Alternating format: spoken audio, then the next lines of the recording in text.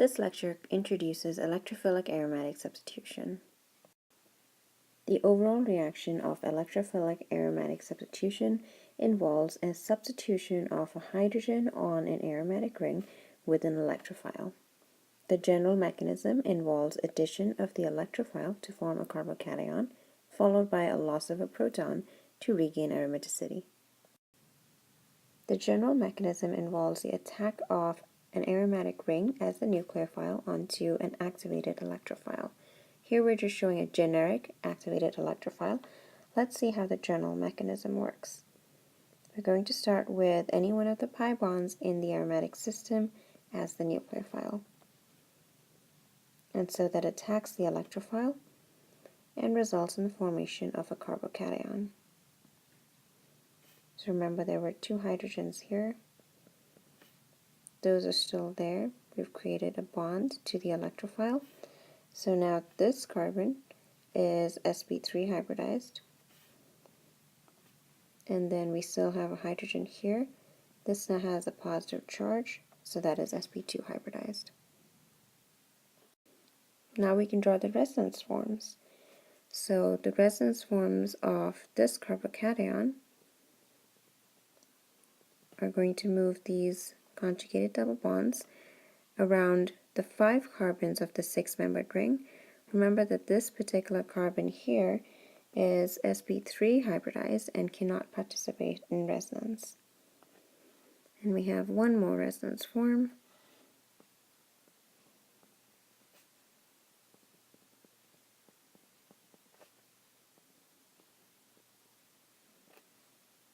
Right there. Now if you can't keep track of all the hydrogens, just draw them in so that you don't exceed carbon's valency at any point. Now we can do the last step.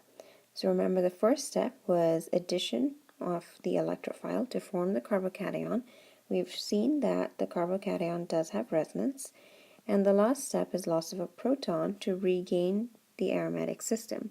Remember that aromaticity is very stable, so this compound does want to become aromatic if it can. And so usually with this electrophile, we will have a counterion. So we'll just say there's a counterion for that positively charged electrophile, and that counterion is going to come in and deprotonate this proton to reform the aromatic system. So overall, we've got substitution of a hydrogen on the aromatic ring with an electrophile. These are the reactions that we will look at in detail, and in each of these cases, these are the electrophiles that are reacting with this aromatic system.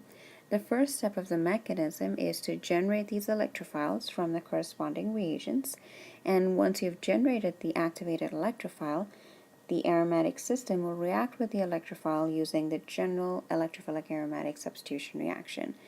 So overall, we can do a halogenation, which is halogenate with bromine or chlorine on an aromatic ring using bromine or chlorine and a Lewis acid.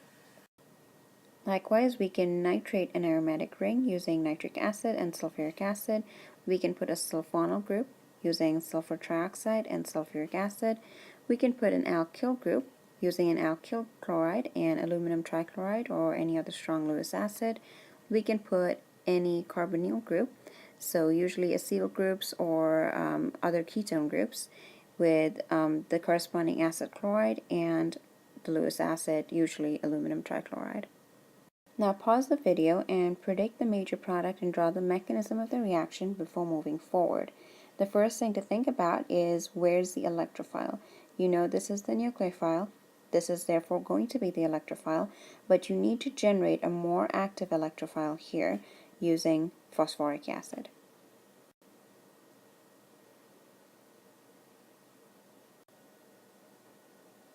The first step is formation of the active electrophile. You know that with alcohols and strong acid, you can do a dehydration reaction. The first step is formation of a leaving group, and then the second step, if it's a primary or tertiary carbon, is formation of a carbocation. So if we were to draw the very first step, we can draw our acid and the alcohol, and draw the alcohol protonating with the acid, and that gives us a good leaving group.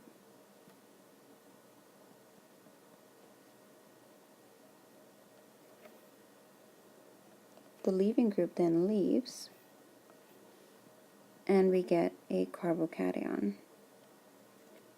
Now this is our active electrophile, and that's what's going to react with the aromatic ring.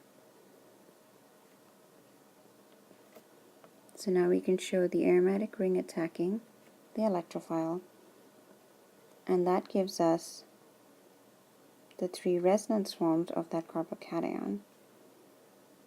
So we can start by drawing the sp3 hybridized carbon.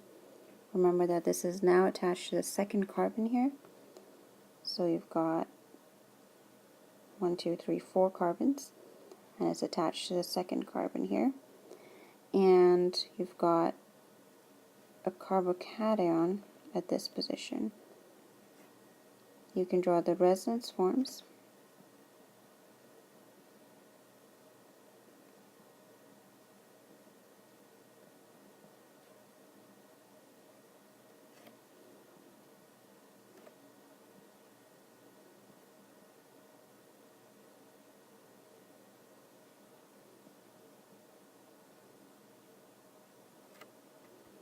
And then finally you can show the deprotonation. So here at this point you had generated water, and you can just show water deprotonating.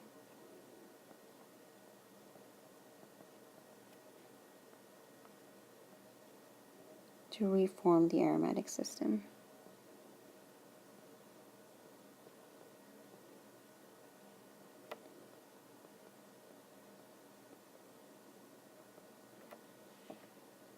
And so the product is just a substitution,